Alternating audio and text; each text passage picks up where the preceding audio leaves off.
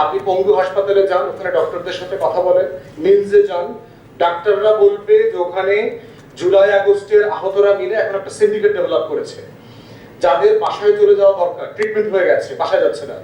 কারণ ওখানে কোনো না কোনো চ্যারিটি অর্গানাইজেশন, জেনারেস লোক প্রতিদিন 1 সপ্তাহ 2 সপ্তাহে যায়, ক্যাশ ফ্লো আছে, প্রচুর টাকা পয়সা আসতেছে, ওটাকে বিক্রি করে লেনদেন হচ্ছে, ব্যাপক চাঁদাবাজি শুরু হয়েছে, আওয়ামী লীগের ওই মুক্তিযোদ্ধা ব্যবসার মতো। এই জায়গাটাকে আমাদেরকে ক্রিটিক্যালি দেখার বাইরে রাখার সুযোগ নাই। তাই হ্যাঁ, যারা আহত হয়েছেন, যারা যারা জীবন দিয়েছেন, পরিবারগুলো আছে, এবং আমি সারা বাংলাদেশে সফর করি আমার দলের পক্ষ থেকে। আমার দলের প্রত্যেকটা টিমকে ইনস্ট্রাকশন দেওয়া আছে, ওই জেলাতে আমি শহীদ পরিবারের সাথে দেখা করব, ওই জেলাতে যারা আহত হয়েছেন তাদের সাথে আমি কথা বলি, বসি, গল্প করি। কিন্তু আমি এটা সেল করি না, আমি এটা বিক্রি করি না। অতএব এই জায়গাটাকে একটা শার্প ন্যারো ডিফারেন্সের জায়গা মাথায় রেখি, এই সহানুভূতি, ভালোবাসা, আন্দোলন আর তার স্বপ্নটাকে নিয়ে বেশি কাজ করাটা জরুরি মনে করছি।